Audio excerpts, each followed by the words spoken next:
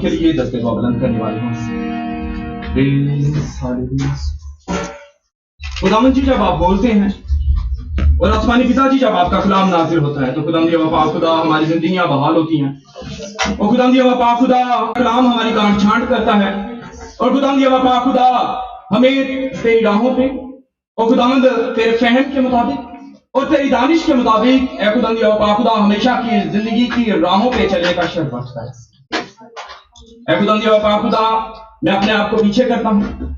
ए खुदावंद पाक खुदा वो हिकमत जो खुदावंद कलाम के वसीला से और खुदावंद तेरे रूह के वसीला से ए खुदावंद तेरे लोगों पे ठहरती है, खुदावंद उसको मांग लेता हूँ। ए खुदावंद हमारा फख्र खुदावंद यीशु मसीह की सलीब है और खुदावंद हमारा फख्र इस बात पे है कि खुदावंद तूने हमें चुन लिया है। ए खुदावंद तमाम जिंदगियों को मैं तेरे ताबे करता हूँ और चाहता हूँ खुदावंद पाक खुदा आज के कलाम के वसीला से ए खुदावंद लोग तेरे करीब आए और तेरे कलाम पे, तेरी जात पे, तेरे बेटे पे और खुदावंद रूहुल कुद्दस पे इत्तकाद करने वाले हूँ और सोचों से बचाना और खुदावंद अपने राह पे खुदावंद आसमानी बाप का शुक्र बजाते हैं उस फजल के लिए, उस रहम के लिए, उस करम के लिए जो खुदा अपने लोगों के साथ करता रहता है। आज से 5 हफ्ते पहले हमने खुदा के कलाम को सुना था नबूवत पे। नबूवत में हमने सीखा था कि रूहों की हकारत मत करो, नबूवतों की भी हकारत मत करो, लेकिन रूहों को परखो। जो रूह कलाम के वसीला से, कलाम की तरफ से और कलाम में से नबूवत करे वो रूह खुदा की तरफ से है। आज हम खुदा के कलाम में यूं ही आगे बढ़ने वाले होंगे। बड़ी खूबसूरत आयत, बड़ा खूबसूरत हवाला मुकद्दस मूसा नबी का सहीफा 14वां बाब और उसकी 14वीं आयत। खुदा के कलाम में लिखा हुआ है, खुदावंद तुम्हारी तरफ से जंग करेगा और तुम खामोश रहोगे। The Lord shall fight for you and ye shall be peace। और इसी तरह जब हम अबरानियों में पढ़ते हैं, जब हम अबरानी जुबान में पढ़ेंगे तो लिखा हुआ है यहोवा यलहम लाकुम यतायम तारीफ। अजीजों, खुदावंद का हम शुक्र बजाते हैं मौजूदा इरा के लिए, मौजूदा वक्त के लिए, इन लम्हों के लिए कि जब खुदा ने अपने लोगों में पाक रूह की तहरीक को, कलाम की शिद्दत को, कलाम की जिद्दत को, तालीम की जिद्दत को और एक नई रूह को अपने लोगों पे नाज़िल किया कि आज हम उस दौर में हैं, आज हम उस वक्त में हैं कि हमारे पास नए नौजवान खादम, हमारे पास नए प्यांबर, हमारे पास नए मुबश्शिरीन जो रूह से मामूर हैं, जो तालीम से मामूर हैं, जिनके पास डिग्रीज हैं, जिनके पास हिकमत है, जिनके पास नॉलेज है, जिनके पास तारीखी शहादत है, वो मौजूद है। क्योंकि इस वक्त तमाम मज़ाहब में जिद्दत आ चुकी हुई है। अब जब हमने कलाम को सुना था, जब हम कलाम को सुनते थे तो अजीजों उस वक्त खादमीन एक वर्स को लेते, आयती वाज बयान करते और उसी वर्स पे बोल देते बड़े प्यार और एहसन तरीका से। लेकिन अब जब आप सरमन देते हैं, जब आप वाज बयान करते हैं तो लोगों की एक ख्वाहिश होती है कि आप उसका महल्ले वकूअ बयान करें, आप उसके तारीखी शहादत बयान करें, आप उस वर्स के लिखे जाने की वजह बयान करें, किन हालात में यह वर्स लिखी गई, किसने लिखी, क्यों लिखी और इसके पीछे वजह क्या थी। यह वर्स जो कि आयती वाज है, हम इसको वर्स स्टडी भी कहते हैं, इसको थियोलॉजिकल बेस पे जब आप पढ़ेंगे तो इसको वर्सी या आयती वाज कहते हैं, जो एक वर्स पे सिर्फ मुहैत हो। और इस जब वर्स को आपने पढ़ा है तो लिखा हुआ है कि खुदावंद तुम्हारी तरफ से जंग करेगा और तुम खामोश रहोगे। अजीजों, बाइबल मुकद्दस में हमें एक बड़ी खूबसूरत और एक बड़ी अच्छी बात दिखाई देती है। बाइबल मुकद्दस को आप जिस तरह से पढ़ते हैं, बाइबल मुकद्दस आपके साथ उसी तरह से पेश आती है। अगर आप बाइबल मुकद्दस को आंखों से, सिर्फ आंखों से पढ़ोगे तो आपको सिर्फ अल्फाज ही दिखाई देंगे। और हमने लोगों को देखा है वो बाइबल मुकद्दस ऐसे ही पढ़ते हैं जैसे कोई रसाला या कोई किताब पढ़े। अब अगर आप बाइबल मुकद्दस को दिमाग से पढ़ेंगे तो वो आपको इल्म से, दानिश से, हिकमत से और फहम फराज से मामूर कर देगी। अगर आप बाइबल मुकद्दस को दिल से पढ़ेंगे तो आपको मोहब्बत से लबरेज कर देगी। अगर आप बाइबल मुकद्दस को रूह से पढ़ेंगे तो खुदा इसी बाइबल मुकद्दस के वसीला से आपको नजर आएगा। बाइबल मुकद्दस में ये वर्ष जिसकी हमने तिलावत की है ये 12 दफा इस्तेमाल हुई है, 12 दफा इसका जिक्र किया गया है इसी आयत का। और अजीजों, इंसान अपनी शुरू से ही, अपने इब्तिदा से ही, जब इंसान की अभी शक्ल भी नहीं होती, जब इंसान की जात भी नहीं होती, इंसान जंग की हालत में होता है। क्योंकि हमारे इस चर्च को शर्फ है कि हम में ज्यादातर लोग मेडिकल से रिलेटेड है। आप बाबरकत लोग हैं, आप जो भी बैठे हुए हैं, जो भी शख्स है, आप बाबरकत हैं। उसकी वजह यह है कि आप जानते हैं कि जब आपकी पैदाइश हुई उस वक्त आप यूनिक थे। आप यूनिक इस तरह से थे कि उन 40 मिलियन सेल में से खुदा ने आपको चुना और आपको पैदा कर दिया। 40 मिलियन, और उसमें से एक आपका सेल हुआ और उस सेल के वसीला से आप पैदा हुए हैं। आपकी जंग तो उसी वक्त से शुरू हो गई थी जब आपकी अभी कोई शक्ल और सूरत भी नहीं थी, शबीह भी नहीं थी। खुदा आपके लिए जंग करता है।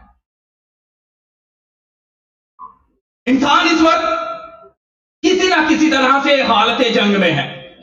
वो हालत जंग में है, चाहे वो जंग माली क्यों ना हो, चाहे वो जंग मुसीबतों, मुश्किलों, परेशानियों, अजियतों, दुखों और आजमाइशों के वसीला से क्यों ना हो।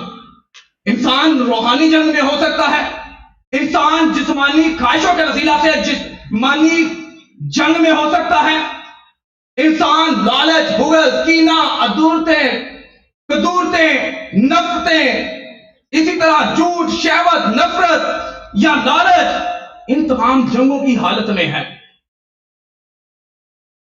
यह जंग बैरूनी जंग भी हो सकती है और इंसान के अंदर भी हो सकती है, क्योंकि खुदा के कलाम में मुकद्दस मसीह रसूल की अंजील में खुदा यीशु मसीह ने फरमाया कि इंसान जो है उसके अंदर से ये सारी चीजें निकलती हैं। अगर वो बाहर कुछ कर रहा है, ख्वाहिशात में उलझा हुआ है, तो ये जंग बैरूनी है। और अगर वो उसके अपने जिस्म के साथ ही, अपने नफ्स के साथ ही, अपने कलमा के साथ ही, अपनी रूह के साथ ही, अपने बदन के साथ जंग में है, तो ये इसकी अंदरूनी जंग है। इंसान 3 चीजों का मरकब है, रूह, बदन। अजीजों, दुनिया के माबूद, दुनिया के खुदा, दुनिया के जो माबूद हैं, उनको जरूरत है कि उनकी हिफाजत की जाए। लेकिन मेरा और आपका मसीहा, मेरा और आपका यहोवा, मेरा और आपका खुदावंद आपके लिए जंग लड़ता है। लोग पैसे देके अपने लिए मददगार या मुहाफिज खरीदते हैं, लेकिन मेरा और आपका खुदा तो मुफ्त में अपने फरिश्तों का पहरा, ज़बूर में नबी फरमाते हैं, वो अपने फरिश्तों का पहरा आपके चौगिर्द बैठा देता है। वो तो खुद आपकी जो है वो मुहाफजत करना जानता है और आपके लिए जंग लड़ता है। जो लोग मेडिकल में हैं और एंटीनेटल, न्यूनेटल, पोस्टनेटल केयर में हैं, वो जानते हैं जब बच्चा पैदा होता है तो जंग तो उसी वक्त शुरू हो जाती है। उसको उल्टा करते हैं और पीछे तक स्लैब्स करते हैं ताकि वो क्राई करे, ताकि उसके अंदर जिंदगी की जो आस है, जिंदगी की जो किरण है वो दिखाई दे। जंग तो उसी वक्त शुरू हो जाती है जब आपके पहले सांस के लिए भी आपको थप्पड़ खाना पड़ता है। इंसान हालते जंग में है। आपकी जंग, लोग कहते हैं कि मर जाएंगे तो इन मुसीबतों से बच जाएंगे। अल्लामा इकबाल फरमाते हैं, अब तो कहता हूं कि मर जाऊंगा, मर के भी चैन ना आया तो किधर जाऊंगा। और इससे आगे की तो जिंदगी आगे शुरू होनी है, 60 साल, 70 साल, 80 साल। उसके बाद जब मर जाना है तो उसके बाद जाके आपको पता चलना है, जब हमेशा की जिंदगी में हमेशा की सजा के लिए, हमेशा की जजा के लिए या हमेशा की बादशाहत के लिए आप उठाए जाएंगे। जंग खत्म होने वाली नहीं है, लेकिन इस जंग को लड़ने के लिए आपको तैयार होना है, आपको समझना है, आपको जानना है कि किस तरह से आपने इस जंग के लिए तैयार होना है। मुकद्दस पालूस रसूल का खत इफिसस की कलीसिया के नाम, इफिसियों के नाम, उसका 6वां बाब और उसकी 16वीं आयत में हमें खुदावंद के हथियारों का जिक्र मिलता है। खुदावंद के 6 हथियार हैं, हमें इनका जिक्र मिलता है। हमें इन हथियारों को लेना है और जंग के लिए तैयार होना है, जिसमें दुआ है, सुलह की खुशखबरी की जूतियां हैं, इसी तरह जरबख्तर है, इसी तरह खोद है।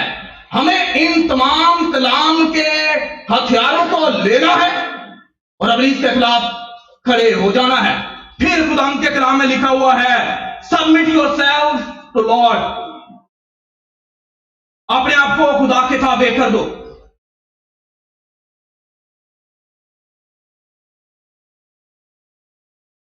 And then resist the devil, इब्लीस का मुकाबला करो, and he will flee, वो भाग जाएगा। बट पिछले वेडनेसडे को मैंने एक सरमन दिया था जिसमें मैंने ये कहा था कि पहला हिस्सा आपको करना है और रिजल्ट खुदावंद पे छोड़ देना है। जब तक आप इब्लीस का मुकाबला नहीं करेंगे, आप अपने अंदर लगी हुई जंग को जो है वो रेजिस्ट नहीं करेंगे, उसके खिलाफ नहीं लड़ेंगे, आपके अंदर जो कदूरते हैं, नफरतें हैं, बुग़्ज़ है, कीना है, लड़ाइयां हैं, झगड़े हैं, मकारियां हैं, जब तक आप उनके लिए अपने अंदर जंग नहीं लड़ेंगे, आप बाहर क्या जंग लड़ सकते हैं? आप पहले अपने अंदर की जंग को खत्म करना है। And then resist the devil या evil demons, तब शैतान का मुकाबला करो, and then they will flee, वो भाग जाएंगे।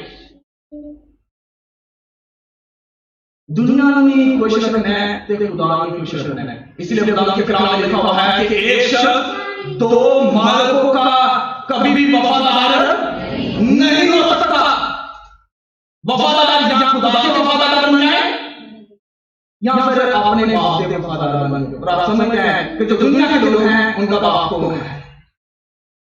अजीजों, एक दफा का जिक्र है, मैं पास्टर टैनियों की बुक पढ़ रहा था। पास्टर टैनियों साहब फरमाते हैं कि एक औरत का वाकया है, एक औरत गवाही देती है कि वो एक जगह से गुजर रही थी, ये रास्ता बड़ा सुनसान था और जब वो इस रास्ते से गुजर रही थी, उस रास्ते से पूछ कर रही थी, ये वो रास्ता था जिसमें हर रोज कत्ल वारदात होती, लोग छीन-छान करते, लूट मार करते, लेकिन उस औरत के पास ना कोई गाड़ी थी, ना कोई ऐसी फैसिलिटी थी कि वो दूसरे लंबे रास्ते से जाए।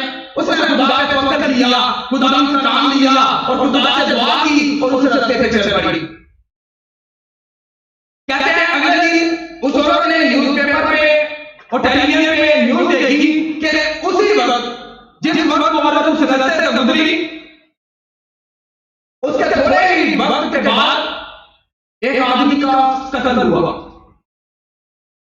आपको पता है कि दुनिया में जैसे इधर डिबेट में भी आपको पता है जगह जगह कैमरे लगे हुए हैं, ऐसे ही जब कैमरा से उस शख्स को पकड़ा गया जो कातिल था, उससे पूछा गया कि कैमरे में देखा जा रहा है कि एक औरत गुजर रही है, उससे पूछा गया कि ये औरत गुजरी, तूने इसको क्यों नहीं पकड़ा? उसने कहा मैं सिर्फ एक दिन में एक ही शख्स को पकड़ते हैं, उससे लूटमार करते हैं और अपनी गुजर बसर के लिए उससे सब कुछ ले लेते हैं। उन्होंने बोला कि ये औरत गुजरी, तूने इसको क्यों नहीं पकड़ा? उसने कहा कि आप लोगों को ये औरत अकेली दिखाई दे रही थी, लेकिन जब हमने इसको देखा था ये अकेली नहीं थी, बल्कि इसके इर्द-गिर्द और भी शख्सियत थी जिन्होंने इसको घेर रखा था, लेकिन आप नहीं देख सकते, हम उसको देख सकते हैं, क्योंकि खुदा कहता है कि तुम खुद खामोश रहोगे, मैं तुम्हारी जंग लड़ूंगा। खुदा आपको संभालता है। जब आप अपने काम की इब्तिदा, जब आप अपने काम की शुरू खुदा के नाम से करते हैं, तो खुदा आपके शरीर तक फरिश्तों का पहरा बिठा देता है। अजीजों, जब हम गिनती का सहीफा उसका 13वां उसकी 13 आयत को पढ़ते हैं तो हमें पता चलता है कि मुकद्दस मूसा ने कुछ लोगों को आगे आने वाले जो ममालिक हैं, जो मुल्क हैं, उनके हालात और उनके वाक़यात, उनके महल्ले को जानने, समझने और उनके लोगों के रवैये को जानने के लिए भेजा। 40 दिन तक ये लोगों में घूमते रहे, लोगों को देखते रहे और आते हुए उन्होंने बड़ा काम किया। दो लोगों ने क्या किया, डंडी ली और उसके ऊपर मूसा जो पूछा है वो उठा लिया। आके लोगों के दरमियान में आकर रोने लगे पड़े हैं, गिड़गिड़ाने लगे पड़े हैं। लोगों को भी आके कह रहे हैं कि जहां पे ये हमें ले रहा है उनके सामने तो हम पिटे दिखाई देते हैं, उनके सामने तो हम बच्चे दिखाई देते हैं टिड्डियों की तरह, वो हमें कुचल देंगे। लेकिन खुदा के कलाम में लिखा हुआ है कि खालिद और इसी तरह यशवा, मुकद्दस यशवा, उन्होंने ईमान से कहा कि अगर खुदा हमारी जान है, अगर खुदा हमारे आगे चलेगा तो खुदा हमें सर बुलंद करेगा। और इसी तरह जब आप इसी हवाला की कंटिन्यूटी को देखेंगे, मुकद्दस यशवा ने कहा सही और उसका 5वां और उसकी 13 आयत जब आप पढ़ेंगे तो लिखा हुआ है कि जब यरूह का वाक़या आया, जब यरूह की जंग लड़ी जा रही थी तो यरूह की फसीलों के ऊपर रात बांधते थे, जिन्होंने वहां चलती तांगे को लेके गए ना सवारी में, उसी तरह दूसरा मसीह जो जंग का मामला वो रात बांधते थे। और उसके ऊपर हमें बाइबल मुकद्दस बताती है कि उसके ऊपर लोगों ने रहने के लिए अपने घर बनाए हुए थे, लोगों की कॉटेजेस, उनके जो घर हैं वो उसके ऊपर थे। इसका मतलब है वो बहुत ज्यादा वसी होगी, चौड़ी होगी।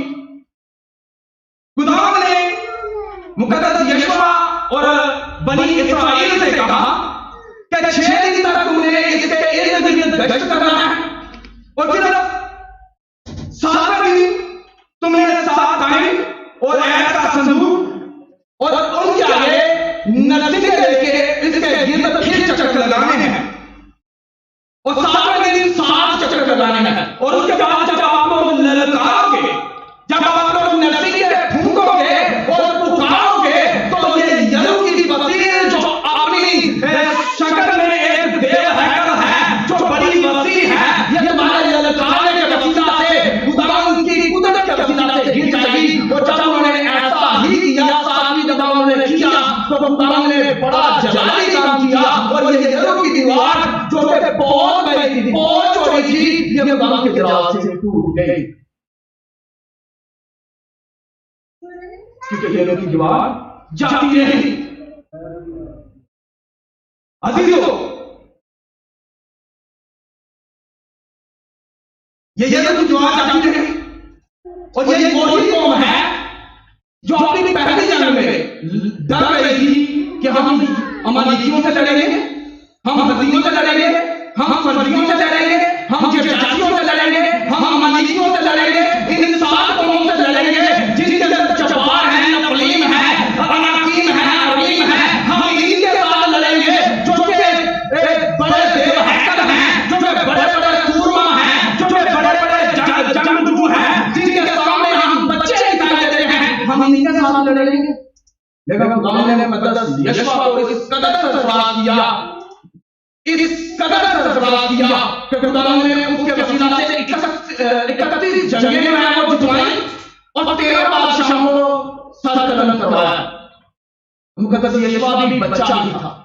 इसलिए मैं हमेशा ये कहता हूं, अपनी उम्र को, अपनी एज को, अपने आप को मत देखें। हो सकता है खुदा आपको 70 वर्ष की उम्र में अपने पास बुलाए, लेकिन आप ये नहीं कहेंगे कि मैं ये हूं। अजीजों, उस उम्र को देखें जब आपको खुदा ने चुना।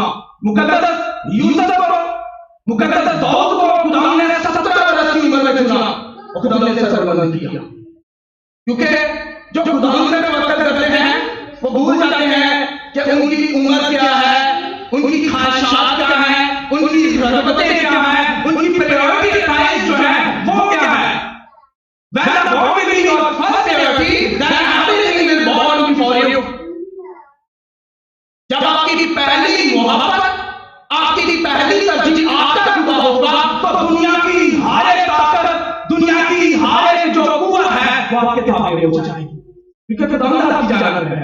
के कलाम में लिखा हुआ है। इमसाल 19 बाब की दूसरी आयत को पढ़ें, लिखा हुआ है कि ये बात भी अच्छी नहीं, ये बेहतर नहीं कि रूह इल्म से खाली हो। मैंने पहले बताया कि जिद्दत के इस दौर में, इल्म के इस दौर में जरूर है कि रूह जो है वो इल्म से पूर्ण हो। जब आप रूह से मामूल होंगे, आपके पास जो है खुदा का रूह होगा, जब आपसे सवाल किए जाएं और आप उनको हवाला जहाज के साथ खुदा के कलाम के वसीला से जिस तरह हम ये मसीह बाइबल मुकद्दस में से हवाला जवाब के साथ जवाब दिया, आप जवाब देंगे तो पता चलेगा कि आपकी रूह। जब आप पढ़ेंगे तो हमें दो शख्सियत का जिक्र मिलता है, मुकद्दस पालूस और मुकद्दस एलासा। ये हालत जंग में है, हालत कैद में है, बेड़ियों में है, काट में जकड़े हुए हैं, जेल खाना में है, बंद है, सलाखों के पीछे है। लेकिन इनकी जंग जो है, ये जानते थे कि इनकी जंग खून और गोश्त से नहीं है, इनकी जंग अपनी रूहानी कुत्तों से है, जिन्होंने इनको जेल के पीछे डाला है ताकि खुदा के नाम को चलाना पाए। इन्होंने भी अपनी जंग शुरू कर दी है। इन्होंने किसी को वास्ते का नहीं कहा या किसी का मिलते समझते नहीं, इन्होंने अपनी जंग को शुरू किया। लिखा हुआ है कि ये आधी रात के वक्त क्या करने लगे, क्या करने लगे? अजीजों, ये भी आधी शाम थी, जागो। वो आधी रात के वक्त दुआ करने लगे पड़े, और जब वो दुआ कर रहे हैं तो लिखा हुआ है कि जो ये जेल खाना है इसकी न्यू मिल गई है, क्योंकि वो अपनी जंग में मसरूफ थे, अपनी जंग में मसरूफ था। लेकिन जब आप खुदा के दावे पे उतारते हैं, जब आप खुदा को रियलाइज करते हैं, जब खुदा को अपने आगे लेके चलते हैं, तो खुदा आपको सजदा करता है, खुदा आपको बहाल करता है, खुदा आपको आजाद करता है। खुदा ने इनको आजाद किया। अजीजों, इसी तरह मैंने मुकद्दस याकूब नबी का सहीफा उसका 7वां और उसकी 4थी आयत में मैंने हवाला दिया था कि खुदा के ताबे में वो इब्लीस का मुकाबला करो तो तुमसे भागेगा। आप जब मुकद्दस शमूएल का सहीफा उसका पहला सहीफा 17वां बाब और 45 और 46 आयत को पढ़ेंगे तो ये वाकया बड़ा ही दिलफरेब वाकया है। इस वाकया को निकाल ले। पहला शमूएल उसका 17वां बाब और पहले उसकी पहली आयत जब पढ़ेंगे तो हमें उस वाकये का जिक्र मिलता है कि जब मुकद्दस दाऊद अपने भाइयों को उनके पास जाता है कि उनका हाल अहवाल दरियाफ्त करे, उनके बारे में जाने, तो लिखा हुआ है कि 40 दिन तक जात का जुलियत, ये 40 दिन तक हर रोज पालन करता और हर रोज आके खुदा की और खुदा के लोगों की और कौम इस्राएल की फजीलत करता, खुदा के लोगों पे ललकारता, खुदा की कौम का जो है वो मजाक उड़ाता। और ये कोई छोटा शख्स नहीं था, ये अनाकीमी में से था, ये जब्बारों में से था, ये सुरमाओं और जंगजुओं में से था। और आगे हमें जिक्र मिलता है कि इसके 4 भाई और भी थे, ये 5 भाई थे चचालाल, ठीक है, जो कि इस कदर बड़े बड़े थे कि लिखा हुआ है कि कौम इस्राएल का सबसे ताकतवर और सबसे ताकतवर जो शख्स था वो मुकद्दस साउल बादशाह था। खुदा का कलाम फरमाता है कि उस जैसा कोई दूसरे इस कौम में नहीं था, लेकिन वो भी इस कदर परेशान है, इस कदर डरा हुआ है कि अपने महल में है और उसके आगे जितने सीमा सारा है वो भी डरे हुए हैं। ये जात का जुलियत दिन में और शाम में आता और खुदा के लोगों को ललकार के चला जाता। मुकद्दस दाऊद में चूंकि खुदा की गैरत, खुदा से मसला था, 17 साल का था, आगे उसने ये नहीं देखा कि मेरे आगे जो बंदा है वो किस कदर ताकतवर है, उसके पास क्या क्या है। खुदा के कलाम में जब आप इसी सहीफा के 17वें बाब की 4वीं आयत को पढ़ेंगे तो लिखा हुआ है कि उसका कद 6 हाथ और 1 बालिश था। अजीजों, जब आप इसको इंग्लिश में पढ़ेंगे तो इसके लिए लफ्ज हाथ के लिए क्यूबिक हुआ है, जिसका मतलब होता है 1.5 फीट और इसी तरह बालिश के लिए लफ्ज पैंस मालूम है जिसका मतलब होता है 7 इंचेस। तो इस तरह टोटल जब आप इसका कदामत या इसकी हाइट को जब आप मापेंगे तो 9 फुट और 7 इंचेस। मेरे जैसा बंदा है मुझसे बड़ा नवाज से गाड़ी भाई है, जब वो भी खड़ा होता पता चलता है कोई इकराम भाई है, ठीक है। अब उनके सामने अगर 9 फुट 7 इंच का बंदा खड़ा किया जाए और उसके आगे 17 साल का बच्चा खड़ा किया जाए तो दोनों का कोई मुआवजा नहीं है। इसका जो जरा पत्थर है, जो जरा जो सीने में पहना जाता था, लिखा हुआ है कि 5000 मस्काल का था। और जब मस्काल को देखेंगे तो इसके लिए लफ्ज शैकल इस्तेमाल हुआ है और एक शैकल होता है वो 14.3 ग्राम का होता है, 14.3 ग्राम का। जब 5000 मस्काल को देखेंगे तो ये वजन 57 केजी है। और एक छोटी बहन का बेटियों का जो वजन होता है वो तकरीबन मुझे लगता है उसका मुकद्दर होगा वजन 17 साल की उम्र में इतना ही होगा जितना उसका जरा पत्थर था, जितना उसका सीना वाला था। लेकिन वो फिर भी नहीं करता। जब उसको लिबास पहनाया गया तो वो उठ ना सका। उसने कहा कि ये मेरे बस की बात नहीं है। उसने कहा कि तू तो हथियार लेके आता है, तू तो इन हथियारों पर तवक्कुल करता है, लेकिन मैं यहोवा के नाम से आता हूं। और उसने 5 पत्थर लिए, चिकने पत्थर लिए और एक पत्थर को पलट कर रख के उसने यहोवा का नाम लेके जब उसके सर पे मारा तो सर पे मारने के बाद उसने ये भी कहा कि मैं तेरी ही तलवार से तेरे सर को बंद करूंगा। और उसने जब पलट के साथ मारा तो ये सूरमा जिसका सर इतना बड़ा हो सकता है, जिसका सीना इतना छोटा हो सकता है, उसने उसको एक पलट के पत्थर के साथ पहनाया कर दिया कि वो खुदावंद की तरफ है।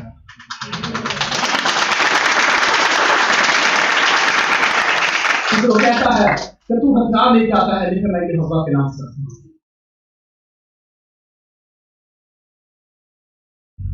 खुदा के लोगों, बरकतें होना, खुदा के फजाइल होना ये कोई बुरी बात भी नहीं है, बल्कि मैं कहता हूं कि बुरी बात नहीं है। लेकिन अगर आसमान की बादशाहत में जाना है तो इससे अच्छी बात यह है कि आप खुदा उनके साथ जो है कमेटी डालें, आप खुदा उनके साथ चले। आपकी बरकत तब है जब यहोवा आपके साथ है। आपकी बरकत तब है जब आपने अपनी जिंदगी को बचा लिया है और आप हमेशा की जिंदगी में दाखिल हो गए हैं। तब आप ये कहें कि मेरे पास ये बरकत है, मेरे पास ये बरकत है कि मैं हमेशा की जिंदगी में दाखिल होऊंगा। क्योंकि यीशु मसीह ने मेरे लिए क्या किया है? जान दी है, लहू बहाया, मेरी कीमत अदा की है, मेरा इज्जत ठहरा है और उसने मेरा बदला चुका दिया है। ये बरकत है। खुदा हम सबको बरकत दे जो ईमान रखते हैं, कहते हैं आमीन। आप सही है। खुदा ना सबके साथ हो। अजीजों, लिखा हुआ है कि उसने इसको गिरा दिया। उसने न जोर से न कुव्वत से बल्कि किससे? यहोवा के नाम से गिरा दिया। क्योंकि वो जानता था कि मेरे साथ वो यहोवा है, मेरे साथ वो खुदा है जो मेरे साथ साथ चलता है और आगे भी चलेगा, जिसने मुझे सरबुलंद किया है, जिसने मुझे मसा करवा दिया हुआ है और जो कहता है कि मेरा दिल पसंद बंदा मुझे मिल गया है। अजीजों, इस कदर वफादार खुदा का भी और अपने बादशाह का भी कि 2-3 दफा उसको मौका मिला, कभी उसकी सराही उठा के ले जाता है, कभी उसका पल्लू का दामन का हिस्सा काट के ले जाता है, लेकिन कहता है ये खुदा का मंसूर है, मैं इस पे कभी भी उंगली नहीं उठाऊंगा। और आज साडा मशवरा सब तो अच्छा मशवरा खालिद पे क्रिटिसाइज करना।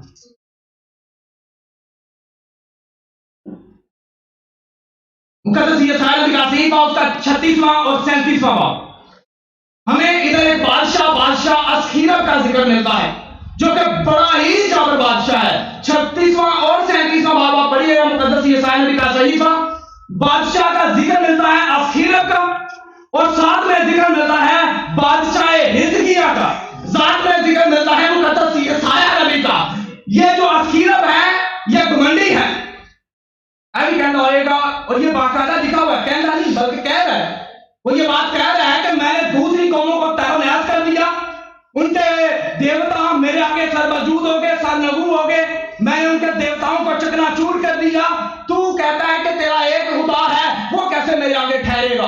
मुकद्दस हिजकिय्याह के बाद जो आया उसने जाकर मुकद्दस हिजकिय्याह को बताया कि ये बादशाह खुदा की फजीहत करता है।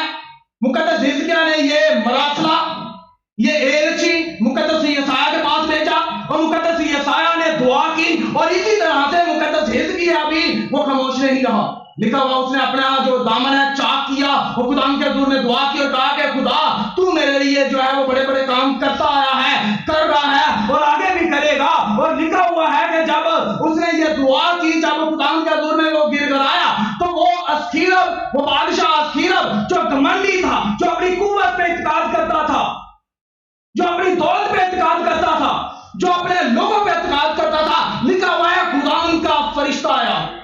खुदा के कलाम में लिखा हुआ है खुदा का फरिश्ता आया और एक रात में 1,85,000 को मार के चला गया।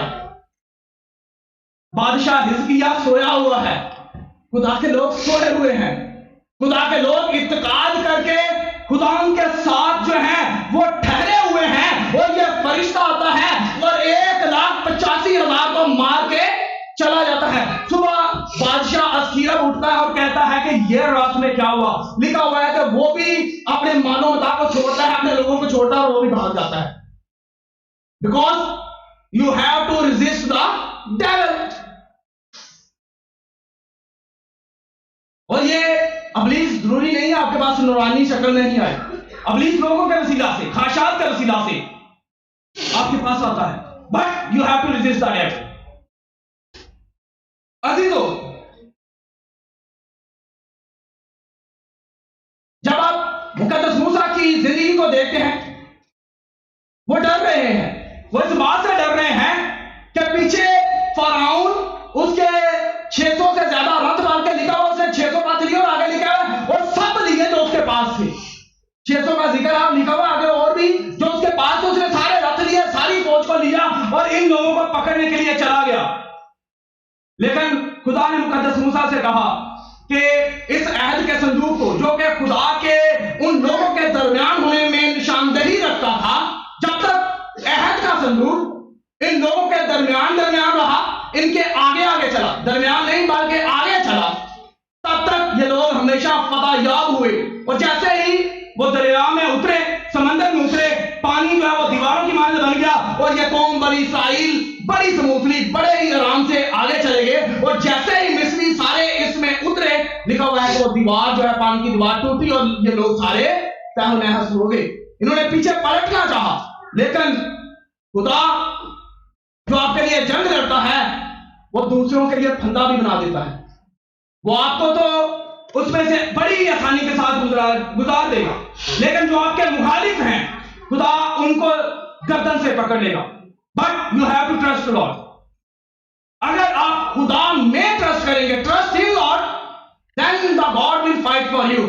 लेकिन जब आप ये कहेंगे कि इन्हें मुझे गल कही ये जाए कि थे, तो देन ये इंसानी मुकाबला हो गया है, और इंसानी मुकाबला में हमेशा इंसान जीतता है, खुदा पीछे हट जाता है। अजीजों, खुदा के कलाम में रोमियो का खत 8वां बाब 31 में आयत में लिखा हुआ है, जब खुदा हमारी तरफ है तो कौन हमारा मुखालिफ है। आप सब कहेंगे जब खुदा मेरी तरफ है, आप अपने आप को कह सकते हैं तो कौन मेरा मुखालिफ है। आमीन। इसी तरह मुकद्दस दाऊद का जबूर नंबर 118 उसकी 6वीं आयत में लिखा हुआ है, खुदा मेरी तरफ है, मैं डरने का नहीं, इंसान मेरा क्या कर सकता है। खरूज 15वां बाब उसकी 6वीं आयत में लिखा हुआ है, खुदावन तेरा दाहिना हाथ दुश्मन को चकनाचूर कर देता है।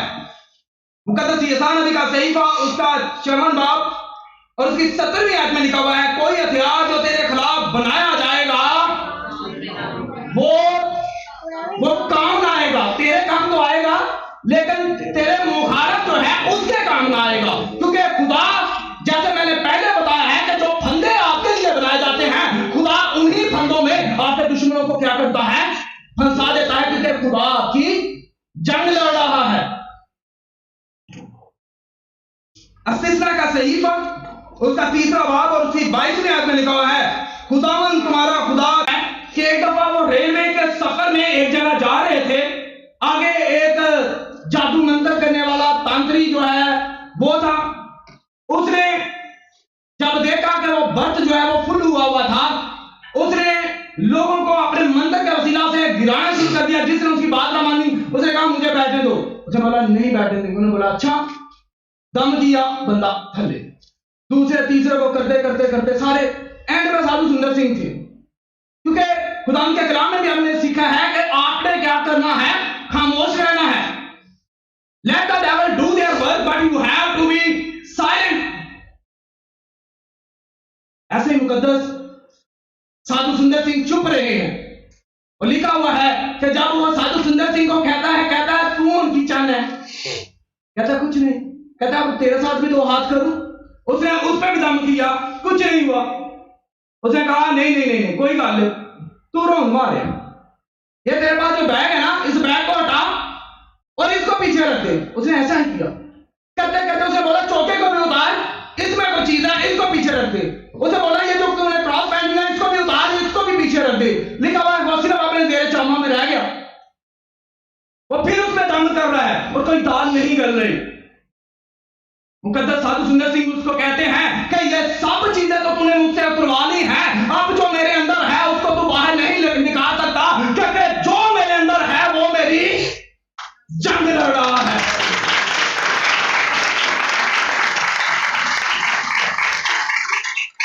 खुदा से आगे है अजीजों, खुदा उनका कलाम फरमाता है खुदा से आगे आगे चलता है। कभी मत सोचिएगा खुदा आपके पीछे चलेगा। खुदा आपका हर अव्वल है।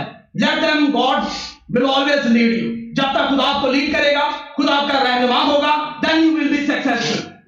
जिंदगी की हर एक बात, जिंदगी की हर एक मंजिल, जिंदगी की हर एक आरज़ू जो कि जायज है, खुदा आपको जरूर बख्शेगा। आए अजीजों, खुदा उनसे कहें कि खुदा तू आज हमारी जंग में हमारा साथी हो। खुदा हमारी जंग जो हमारे घराने में ख्वाहिशात के वसीला से है, आए अपने लिए दुआ करें। हर कोई अपने लिए दुआ करें। जब तक खुदा को आप हर अव्वल नहीं करेंगे, जब तक खुदा को आप अपनी जंग में अपने साथ नहीं खड़ा करेंगे, जब तक आप खुदा के साथ नहीं होंगे, जब तक आप अपने मुकद्दस के कलाम के हथियारों को अपनी जिंदगी में नहीं लेंगे, जब तक आप अपनी ईगो को, अपनी खुदी को, अपने तकब्बुर को, अपने घमंड को अपने अंदर से बाहर नहीं करेंगे, खुदा आपके साथ खड़ा नहीं होगा। लेकिन वो ये चाहता है कि आप उसके साथ खड़े हो। वो चाहता है कि आप इंसानी ना रहे, वो चाहता है आप नई पैदाइश का मुकाशफा पाए, वो चाहता है कि आप नई जिंदगी को पाए। और नई जिंदगी यीशु मसीह के पास है। खुदा से कहें कि खुदा मेरी जंग में मेरा साथी हो जा। खुदा से कहें कि मेरी जो माली जंग है मेरा उसमें साथी हो जा। मेरी जो बीमारियों की जंग है उसमें मेरा साथी हो जा। मेरी जो रूहानी जंग है उसमें मेरा साथी हो जा। मेरी जो दुनियावी जंग है उसमें मेरा साथी हो जा। मेरी जो खानदानी जंग है उसमें मेरा साथी हो जा। मेरे जो मुखालिफिन है तू उनका किला कमा कर दे। मेरे जो साथ लड़ रहे हैं खुदा तू भला लेकर उनका मुकाबला कर। और सब कुछ मांगने के बाद ईमान से आमीन करें, क्योंकि खुदा आपकी जंग लड़ता है। खुदा सबको बड़ी बरकत बख्शे।